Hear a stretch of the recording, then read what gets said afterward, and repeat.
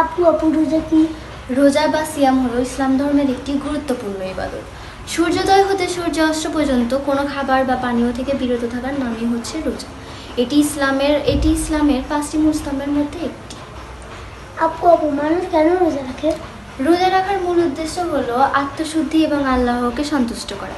আল্লাহকে রাজি খুশি করার জন্যই মানুষ রোজা রাখে। রমজান মাসে রোজা রাখা প্রত্যেক প্রাপ্তবয়স্ক মুসলমানদের জন্য ফরজ করা হয়েছে।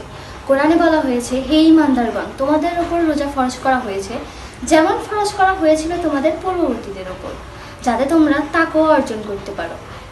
তাছাড়াও রোজা রাখার মাধ্যমে দরিদ্রদের কষ্ট অনুধাবন করা যায়, ধৈর্য ধারণ করতে শেখায়, মানসিক প্রশান্তিতেও সহায়ক ভূমিকা পালন করে।